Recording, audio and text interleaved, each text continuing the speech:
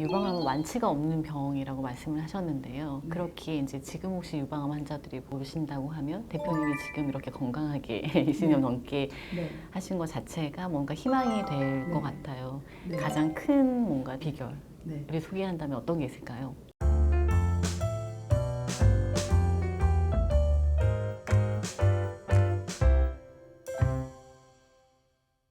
상담실이라든가 아니면 간호사님 교육 같은 거 할 적에 제가 이제 들어가면 유방암 환우들 이제 병실에서 오시는 분도 많았어요. 그러면 막 울고 계시기도 하고 막 이랬었는데 딴 거 없어요. 제가 딱 앞에 서가지고 저 유방암 걸린 지 7년 됐거든요. 딱 이러면 울다가 금방 웃어요. 어머 그래요? 이러면서 제가 그런 분들을 나중에 만난 적이 있는데 그때 저를 만난 게 어떤 유명인사 만난 것보다 더 반가웠대요. 어머 저 사람 저렇게 건강하네? 또 제가 좀 건강해 보이는 편이잖아요. 이제 그러니까 너무너무 반가웠다고 하는데 비결이라는 거는 저도 약간 좀 이렇게 편식 같은 걸 좀 했었던 것 같아요. 뭐 육류 같은 거 좋아하고 뭐 야채 같은 거 막 골고루 잘 먹거나 그러진 않았고 워낙 등산을 좋아하긴 했지만은 매일매일 꾸준히 하는 그런 운동은 안 했던 것 같은데요. 야채라든가 뭐 과일이라든가 육류도 지금도 꾸준히 먹고 있지만은 좀 골고루 건강 식단 쪽으로 가게 됐고 빵 중에서는 뭐 좀 기름진 거, 뭐 파운드 케이크 이런 거 막 좋아했었는데요. 그 옛날에 한번 저희 선생님 그 Q&A에 어떤 환우분이 그런 질문을 했어요. 얼마 안 됐나 봐요, 진단받은 지가. 제가 단팥빵을 좋아해서 어저께 단팥빵을 하나 먹었는데 저 어떡하죠? 큰일 났죠? 이러니까 선생님이 단팥빵 먹지 말라고 하는 거는 간첩이 유포한 거예요. 그러면서 오늘 단팥빵 2개 드세요. 그랬듯이 저도 이제 일반적으로 안 좋다는 그런 것들 횟수를 줄이고 양을 줄이다 보니까 점점 더 이제 멀리하게 되더라고요. 지금 뭐 파운드 케이크 1년에 한 번도 안 먹는 것 같아요. 그런 식으로 딱 안 된다 그거는 없어요. 다만 횟수를 줄이고 양을 줄이고 또 이제 고기 같은 경우에는 조리 방법을 직화로 굽거나 그러지 말고 돼지고기 같은 경우에는 뭐 수육이라든가 그런 식으로 조리하는 방법만 조금 바꿔도 된다고들 그러세요. 그렇듯 저처럼 이렇게 좋아하시는 것만 딱 끊으려면 스트레스 받으시잖아요. 그러니까는 점점 양을 줄이고 횟수를 줄이면은 나중에 결국엔 또 뭐 거의 안 먹게 되더라고요. 운동은 이제 지금 같은 경우에는 이제 남들보다 조금 좀 많이 해요. 하루에 1000보 걷기를 지금도 계속 하고 있거든요. 근데 그거를 지금 뭐 귀찮다는 생각 안 들어요. 그냥 당연히 해야 되는 걸로 알고 있고. 운동 안 하다가 많이 그러니까 꾸준하게 하는 것도 굉장히 큰 변화인데 그렇게 매일 노력하신 덕분에 지금 이렇게 건강하게 될 수 있지 않나 싶긴 합니다. 아, 그리고 한 가지 더 있어요. 그 선생님들도 권하시는 건데 스트레스 관리를 좀 잘 하라고 하세요. 근데 유방암 걸리기 직전 한 몇 년 동안 좀 아주 좀 진한 스트레스가 있었던 것 같아요. 그게 딱 원인은 아니지만 그러니까는 암 발병 이후에도 스트레스 관리를 잘 하라고 하시거든요. 그래서 뭐 스트레스를 안 받을 수는 없지만 이렇게 그거를 해소하는 방법을 본인 나름대로 찾아서 그걸 해소하는 것도 굉장히 중요할 것 같아요. 스트레스 관리가 사실 되게 어려운 거잖아요. 소개해 주실 거 있을까요? 저도 유방암 환우니까 유방암 환우들하고 많이 접촉을 했고 지금도 제가 뭐 합창단에서 나름대로 좀 봉사를 조금 한다면 할까 그리고 또 제가 이제 유방암 환우들하고 한 달에 한 번씩 휴양림에 다니는 그런 것도 하고 있어요. 환우들하고 많이 접촉을 한 게 만남은 결국에 결론은 또 유방암으로 돌아가곤 하는데 그러면서 다시 이제 자각심도 다시 깨우치고 유방암 환우들하고 같이 이렇게 활동하는 것도 저한테는 굉장히 큰 도움이 됐던 것 같아요. 그 유방암은 폐경기 이후 비만 여성들에게 많이 나타난다고 하는데요. 대표님도 그러셨는데 지금 너무 날씬하셔가지고 유방암 이후로 살 좀 더 뺐어요. 네. 근데 이제 폐경기 이후에 걸리는 거는 서구 같은 유럽 쪽에는 60대 이상이 가장 많이 걸린대요. 근데 우리나라는 저도 40대에 걸렸지만은 40대에서 50대 걸쳐서 그때가 가장 많고요. 그러니까 40대, 50대, 60대 이제 그런 식으로 순서가 되는데요.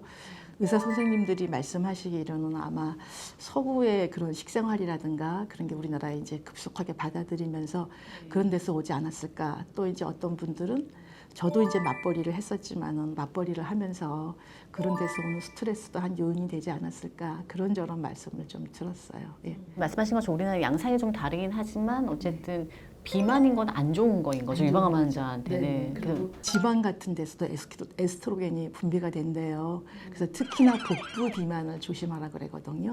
그래서 저도 이제 그쪽으로 좀 더 많이 신경을 썼죠. 네. 처음 병원을 다닐 적에 그 선생님이 저를 전혀 모르시고 하루에 막 150명, 200명씩 진료를 보시는데도 조금 살이 쪄서 가면 금방 하세요. 살이 찌셨네요? 빠지셨네요. 그래서 너무너무 기가 막혀가지고 나중에는 제가 이제 환에 활동을 해서 선생님이 저를 아셨지만은 그때는 신규 환자인데도 금방 아셔가지고 아 이렇게 살 찌고 빠지는 게 선생님들이 예민하게 보시는구나 그런 생각을 했었어요. 이제 이해가 됐어요. 아까 모카커피 한 잔에 이렇게 행복하셨을까 아, 했는데 네네네. 체중 관리를 네, 엄격하게 네, 시키시니까 그 당시 500칼로리였어요. 그게 그래서 다른 때는 못 먹었어요. 감히. 근데 하루에 칼로리를 어느 정도로 조절하셨어요 그때는?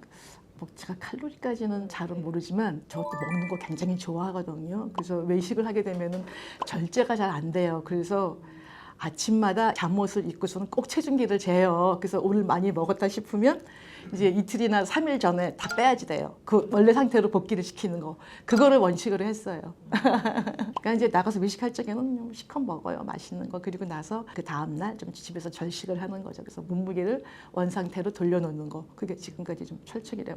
그러니까 식습관을 먼저 말씀하시긴 하셨는데 이런 노하우 조금 더 공개해 주실 수 있을까요? 예. 제가 처음에는 흰밥은 뭐 안 된다는 그런 말, 선생님이 말씀하신 건 아니지만 저희 환우들끼리 암암리에 좀 그런 말들을 많이 들었어요.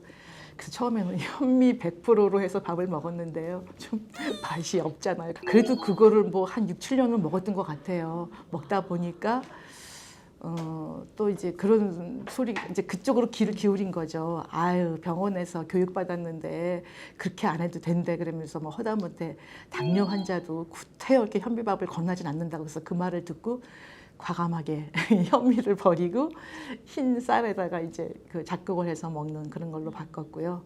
또 이제 고기 같은 경우에도 뭐 제가 1박 2일 다닌다 그랬잖아요. 그때 이제 주로 이게 수육 같은 걸로 해서 먹기도 하고 또 이제 될 수 있으면은 이제 가공 단계를 많이 줄여서 하는 거. 그리고 선생님들이 또 그러셔요.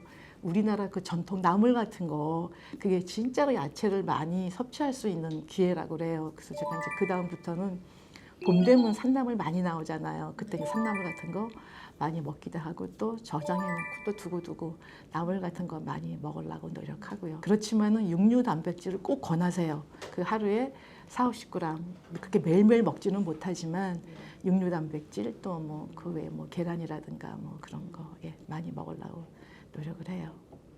바로 찾아봤더니 생야채보다는 익힌 야채가 네. 흡수율이 네, 훨씬 네. 높다고 네, 하더라고요. 네.